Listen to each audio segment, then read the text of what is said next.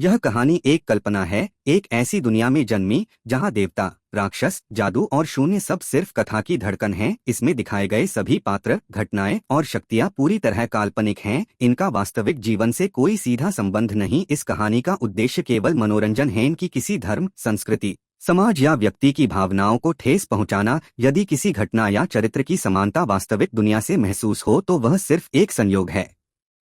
कृपया इस कहानी को एक काल्पनिक ब्रह्मांड की यात्रा की तरह सुनें और वास्तविक जीवन में किसी भी जादू, शक्ति या हिंसा को अनुकरण करने का प्रयास न करें।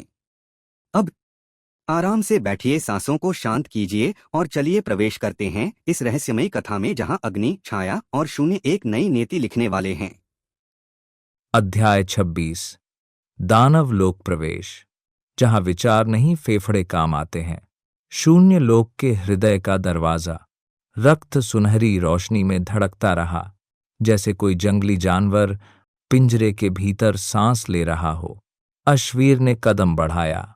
मीरा और आर्या उसके पीछे चली और दुनिया बदल गई। दानव लोक की पहली सांस। पहला एहसास गर्मी, दूसरा गंध, तीसरा शोर। हवा में खून की लकीरें तैर रही थीं। धरती पर लाल धूल। आकाश जैसा कोई शब्द यहां सही नहीं। ऊपर सिर्फ फटे हुए बादल, जिनमें कभी कभी काली बिजली चमकती थी और हर बिजली में गिरते दैत्यों की चीखें सुनाई देती थीं। मीरा ने मुंह ढक लिया। हे ईश्वर, यह जगह जीवित है। आर्या ने तलवार कसकर पकड़ी। ये लोक लड़ता है, शिकार करता है, सांस लेता है। यहां दया का मतलब है धीमा मरना। अश्वीर चारों ओर देखता रहा। उसकी आंखों में सुनहरी चमक उभरी। यह भूमि उसके भीतर की कच्ची शक्ति के साथ सिंक होती महसूस हुई। मीरा ने डरकर पूछा, आरव, तुमको भी यह महसूस हो रहा है? अश्वीर बहुत शांत। यह लोक मेरी नसों को पहचानता है। दानव जन की सभा। दूर पहाड़ी के पार एक गगनभेदी गरज सुनाई दी। जमीन थरथराई। बर्फ नहीं, पर गाढ़े लाल कीचड़ के साथ। अश्वीर, कुछ हमारे तरफ आ रहा है। आर्या, एक नहीं, बहुत सारे। कुछ क्षणों में पहाड़ की चोटी पर 50-60 फीट ऊंचे दानव प्रकट हुए। उनकी त्वचा लोहे जैसी काली, आंखें जलती भट्टी की तरह और सांसें इतनी भारी कि दूर की मिट्टी तक कांपती। मीरा डर के मारे पीछे हुई। ये इंसान को एक झटके में निगल जाएंगे। आर्या ने तलवार आगे की। दानव जन। और तभी उन दानवों में से एक सबसे आगे आया। उसके कंधों पर खोपड़ियों की माला और पीठ पर किसी मरे हुए प्रिमोडियल का अस्थि कवच। उसकी दाहद आधी धरती फाड़ दे। कौन है जो बिना लहू चुकाए दानवलोक में कदम रखता है? मीरा कांप गई। आर्या तैयार, पर अश्वीर एक कदम भी पीछे नहीं। उसने धीमे स्वर में कहा, मैं लहू नहीं चुकाऊंगा। दानव सैनिक हांसा। उसकी हंसी ऐसी जैसे पहाड़ टूटकर गिर रहा हो। तो फिर तू मरेगा। पूरा दल उनकी ओर कूद पड़ा। धम धम धम। हर कदम पर जमीन धंसती जा रही थी। अश्वीर स्थिर, ना तलवार उठाई, ना हाथ। और ठीक जब पहला दानव उस पर प्रहार करने आया, अश्वीर ने केवल सांस छोड़ी। Primordial versus beast. पहली टक्कर। वो सांस नहीं थी, वह शक्ति थी। कच्ची, तीखी, आधी प्रकाश, आधी विनाश। एक बांस। तुमने कहा बिना अंग्रेजी एसएफएक्स, तो यहां भावना में ध्वनि वर्णन दूंगा। हवा फट गई। पहला दानव 20 मीटर पीछे उड़ा, जैसे किसी दैत्य ने उसे फेंक दिया हो। बाकी सारे एक पल को रुक गए। आर्या फुसफुसाई, वह बिना छुए मार रहा है। मीरा, उसकी आंखें चौड़ी। ये शक्ति शैवल जैसी लग रही है, पर किसी तरह मानव जैसी भी, गर्म, जीवित। अश्वीर आगे बढ़ा। दानव सैनिक गुस्से में दहाड़ा, तू कायर है, बिना हथियार लड़ेगा? अश्वीर, मैं हथियार नहीं उठाता।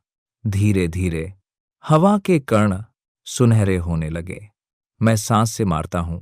और उसने एक उच्छ्वास छोड़ा, हल्का, धीमा पर घातक।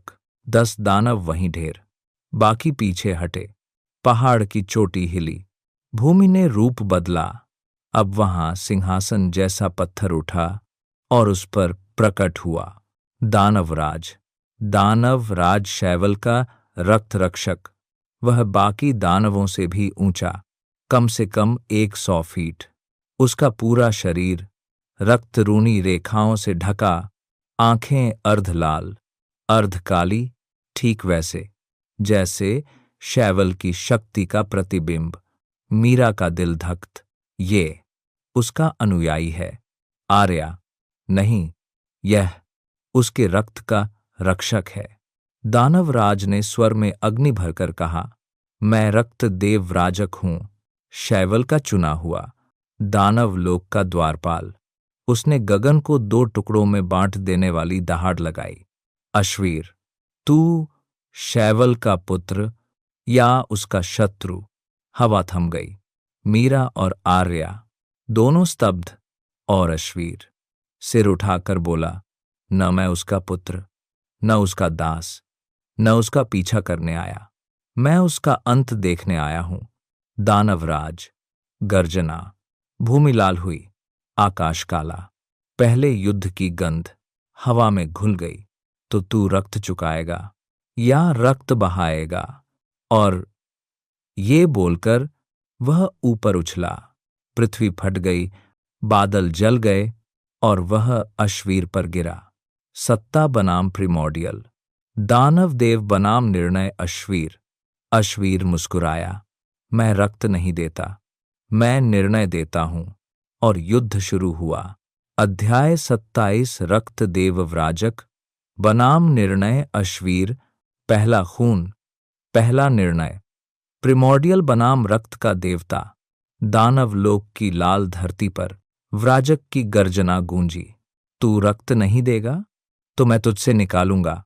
उसकी आवाज ऐसी थी जैसे पहाड़ फटना, जैसे बादल अंदर से कड़क जाते हों। गर्राज, वह विशालकाय कूद पड़ा। हवा फटती हुई घर्रर सी महसूस हुई और अगले ही पल धड़ाजम उसके विशाल पांव के उतरते ही धरती कई हाथ नीचे धंस गई। लाल रेत की परतें उछलकर आकाश में तैरने लगीं। आर्या एक कदम पीछे हटी। इसका हर प्रहार पहाड़ को गिरा सकता है। मीरा ने कांपते स्वर में कहा, आरव, संभल कर। पर अश्वीर एकदम निश्चल, धुएं की तरह शांत, पर भीतर से गहरा भारी। व्राजक ने फिर छलांग लगाई, गुस्से में आंखें दहकती हुई। रक्त या मृत्यु? उसने अपनी भुजा झटके से घुमाई। हवा सूड़ कर काटती हुई गुजर गई, मानो पवन ही तलवार बन गई हो। आर्या चीखी, बच्चों! पर अश्वीर नहीं हटा। उसने बस हथेली आगे बढ़ाई। एक धीमी धूं सी गूंज हुई। धरती कांपी, हवा मुड़ी और व्राजक का वार वहीं थम गया, जैसे किसी अदृश्य दीवार से टकरा गया हो। दानवराज स्तब्ध। तू मेरी शक्ति को रोकता है? अश्वीर न रोका, बस दिशा दी। उसके शब्द शांत पर वजनदार। अगले ही क्षण अश्वीर ने उंगलियां मोड़ी। हवा में हल्की चटाक जैसी सूक्ष्म ध्वनि हुई और उसी दिशा में दानव को बलाघात लगा। धम! व्राजक 10 कदम पीछे खिसका। पत्थरों का टीला टूटकर गिर पड़ा। लाल धूल बादल की तरह उठने लगी। मीरा की आंखें चमकीं। वह अब सिर्फ बच नहीं रहा, वह दबाव वापस भेज रहा है। आर्या सिर हिलाती। यह निर्णय अश्वीर है, यह शक्ति नहीं, निष्कर्ष है। दूसरा टकराव, रौ क्रोध बनाम शांत विनाश। व्राजक ने क्रोध में मुंह से सांस फेंकी। गर्म भाप जैसी हरा थाश हवा तपने लगी। धरती पिघलने सी महसूस हुई। अश्वीर ने शांत स्वर में कहा, क्रोध तुम्हारी शक्ति है, शांतिपूर्ण विनाश मेरी। उसने दोनों हथेलियां फैलाईं। आकाश में दो ध्वनियां गूंजीं। पहली खर्रा जैसे हवा तनी हो। दूसरी ठान जैसे कोई अदृश्य प्रहार फूटा हो। दोनों शक्तियां मध्य में भिड़ी। एक तरफ लाल आग, दूसरी तरफ सुनहरा काला। मध्य संतुलन। कड़कन टकराव से बिजली जैसी रेखाएं फैलीं। वायु का गोला चारों ओर फैल गया। दानव सैनिक धप धप गिरते गए, कई दूर हवा में फेंके गए। व्राजक फिर भी अड्डा रहा। इतना भारी, इतना विशाल, इतनी जिद्दी शक्ति। वह गर्जा, मैं रक्त देव हूं, मेरी नसों में युद्ध बहता है। तू कौन है? अश्वीर ने दृढ़ आवाज में उत्तर दिया, मैं अंतिम निर्णय हूं। न रक्त देव, न प्रकाश देव। मैं भविष्य के युद्ध का कारण नहीं, उसका अंत हूं। तीसरा चरण भावना का वार। व्राजक ने सुनकर हंसी फेंकी। भारी, गहरी, खोखली हंसी। तू युद्ध का अंत करेगा? तू जो खून से डरता है। और उसी क्षण जमीन पर एक बालक का भ्रम प्रकट हुआ। छोटा, डरा हुआ, वही चेहरा, वही आंखें। अश्वीर, अपने बचपन जैसा। मीरा का दिल टूट गया। ये उसकी स्मृति दिखा रहा है। आर्या ने दांत भींचे। धोखा नहीं, युद्ध का मानसिक स्वरूप। दानव लोक आत्मा को भी नंगा करता है। उस छोटे रूप ने कांपते स्वर में पूछा, क्यों? सब मर गए? अश्वीर की आंखें एक पल थम गईं। व्राजक दहाड़ा, तू अपने लोगों को बचा नहीं पाया और आज निर्णय की बात करता है। बालक रूप रोया। मां, वो क्यों गई? अश्वीर की मुट्ठियां कांपीं। मीरा ने कदम बढ़ाया। आरव, आर्या ने उसे रोक लिया। यह लड़ाई हम नहीं लड़ सकते। यह उसकी आत्मा की लड़ाई है। बालक रूप बोला, अगर तू शक्तिशाली होता, सब जिंदा होते। व्राजक, तू रक्त से भागा, इसीलिए रक्त बहा। अश्वीर की सांस भारी। एक क्षण उसने आंखें उठाईं। आंखें शांत, पर भीतर शोक का ज्वालामुखी। हां, मैं कमजोर था। मीरा की आंखें फट गईं। व्राजक भी चौंक गया। अश्वीर, मैं उस समय कमजोर था, पर आज नहीं। उसने हाथ आगे बढ़ाया और बालक रूप उसके भीतर समा गया। धीमी, गहरी, गूंजती ध्वनि, धुंक धुंक। व्राजक का चेहरा बदल गया। तूने अपनी कमजोरी को स्वीकार कर लिया, अश्वीर। हां, अब वह कमजोरी शक्ति है। अंतिम वार निर्णय की गूंज। अश्वीर आगे बढ़ा। उसके कदम धप धप। धरती गूंज उठी। हर कदम पर हवा तनी, रेत घूमी और दानव कंप उठे। व्राजक पीछे हटा। उसकी गर्जना पहली बार डर में बदली। अश्वीर, मैं रक्त से नहीं भागता, मैं रक्त को दिशा देता हूं। उसने अपनी मुट्ठी उठाई। हवा में हल्की कड़क और चारों ओर अंधी शक्ति फैली। धड़ाधड़म, एक आघात नहीं, निर्णय का विस्फोट। दानव राज घुटनों पर गिरा। भूमि टूटकर घाटी बन गई। लाल धूल आगे तक उड़ी। व्राजक भारी सांसों में। अश्वीर, तू विरोधी नहीं, तू नियम है। दानव लोक सिर झुकाता है। वह झुक गया। पहली बार एक रक्त देव, एक प्रिमोडियल के आगे झुका। अध्याय 28 दानव लोक की रक्त संधि, नया विस्तृत संस्करण। रक्त नहीं, भाग्य बहा था उस दिन। दानव लोक में हवा भारी थी, गंध लोहू, राख और गहरी नमी की। धरती दरारों से भरी, जैसे किसी विशाल प्राणी ने नाखूनों से नोच दी हो। आकाश पर गाढ़े लाल बादल घर घर घूमते हुए आपस में टकरा रहे थे। कभी कभी उनमें से भूखे जानवर जैसी कड़ाजक की गर्जना निकलती। आर्या ने तलवार को कंधे से उतारकर दोनों हाथों में पकड़ा। धार इतनी गर्म कि धीरे धीरे भाप उठ रही थी। मीरा ने एक सूखी सांस ली। उसके हाथ कांप रहे थे, पर कदम पीछे नहीं गए। और सबसे आगे अश्वीर, निर्णय अश्वीर। उसकी आंखों में सोना और छाया साथ बह रहे थे, जैसे सूर्य और अमावस एक ही नयन में कैद हों। उसके भीतर एक तूफान था, पर चेहरा शांत पत्थर जैसा। दानवराज का उदय। अचानक दूर से जमीन धप्प धप्प धप्प करती कांपी। हर कदम से धरती की परतें उखड़ती गईं। लाल रेगिस्तानी धूल काली आंधी की तरह उठी। फिर ऊंचाई से एक परछाई उतरी, पहले धुंधली, फिर स्पष्ट, और फिर रक्त देवव्राजक प्रकट हुआ। वह इतना विशाल कि उसकी छाती देखकर पहाड़ छोटा लगे। कंधों पर टूटे देव कवचों की लड़ियां, कमर पर खोपड़ियों की पंक्तियां, आंखें प्रज्वलित अंगारे, जिसमें क्रोध नहीं बल्कि सबसे पुरानी भूख थी। मीरा लगभग फुसफुसाहट में, यह शैवल का रक्षक है?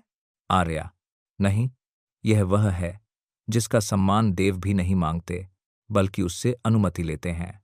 व्राजक का स्वर गर्राच फटा। धरती में गूंज हुई, कण कांपे। कौन है वह जो दानव भूमि पर बिना रक्त चढ़ाए खड़ा है? अश्वीर नहीं हिला, न गर्दन झुकाई, न तलवार उठाई। मैं रक्त नहीं बहाता। स्वर धातु के समान स्थिर। व्राजक हांसा। उसकी हांसी घड़ा घड़धड़ाम जैसी पृथ्वी को हिलाती। तो लोहू तू देगा या लोहू मैं लूंगा? पहला संघर्ष शक्ति बनाम निर्णय। व्राजक कूदा। हवा सूंठ चीरती गिरी और धड़ाधम धरती एक चट्टान की भांति फट गई। दरारें सांप बनकर बाहर सरकीं। मीरा चीख पड़ी, आरव! लेकिन अश्वीर 1 इंच भी पीछे नहीं हटे। उन्होंने बस हथेली आगे बढ़ाई। ठहर! उनका स्वर आदेश नहीं, सत्य था। हवा रुक गई। व्राजक की भुजा भी वही थम गई, मध्य वायु में तनी हुई। क्षण भर के लिए मौन। फिर धक्कक, एक अदृश्य झटका दानवराज को 10 गज पीछे धकेल गया। व्राजक ने पहली बार भय जैसा कुछ अनुभव किया। प्रिमोर्डियल? अश्वीर? नहीं, निर्णय। मन का युद्ध पुरानी राख जल उठी। व्राजक ने आंखें बंद कीं और हृदय लोक की स्मृतियां उभरीं। अश्वीर ने अचानक अपने सामने देखा, पुराना प्रिमोर्डियल लोक, राख होता हुआ, जलती हवाओं की हरा शस्य, बच्चों की चीखें सिसी सिसी, और अपनी मां का हाथ छूटता हुआ। मीरा की आंखें आंसुओं से भर गईं। आर्या ने होठ काटकर खून चखा, पर रुकी रही, क्योंकि यह युद्ध बाहरी नहीं अंदर का था। व्राजक, तू उस दिन कमजोर था। छोटा अश्वीर, तुम मुझे बचा सकते थे। वर्तमान अश्वीर की मुट्ठी में कंपन। स्वर टूटा नहीं, गहरा हुआ। हां, मैं कमजोर था। व्राजक चौंक गया। मनव्यूह टूटने जैसा कड़क हुआ। अश्वीर, पर आज नहीं, आज मैं निर्णय हूं। और निर्णय खून से नहीं, सत्य से बनता है। उसके भीतर सूर्य की लपटें घूमी, पर शांत, अनुशासित। रक्त संधि, न झुकाव न हार। अश्वीर आगे बढ़ा, कदम भारी पर स्थिर। धप्प धप्प धप्प, हर कदम पर हवा कांपी। व्राजक घुटनों पर गिर गया, सिर झुका। उसकी आवाज में पहली बार शक्ति से अधिक सम्मान था। दानव लोग तेरे नाम पर झुकता है। आसमान में बादल कड़ा कर चीर कर बंटे। लाल आंधी घर घर घूमकर उठी और रक्त धारा उठकर अश्वीर की हथेली में उतरी। रक्त संधिपूर्ण। मीरा की सांस रुक गई। आर्या ने तलवार धीरे झुकाई। पहली बार अश्वीर अकेला नहीं, एक लोक उसके पीछे था और दूसरा लोक उसकी प्रतीक्षा में। दानवलोक ने आज प्रिमोर्डियल नहीं, निर्णय को अपनाया।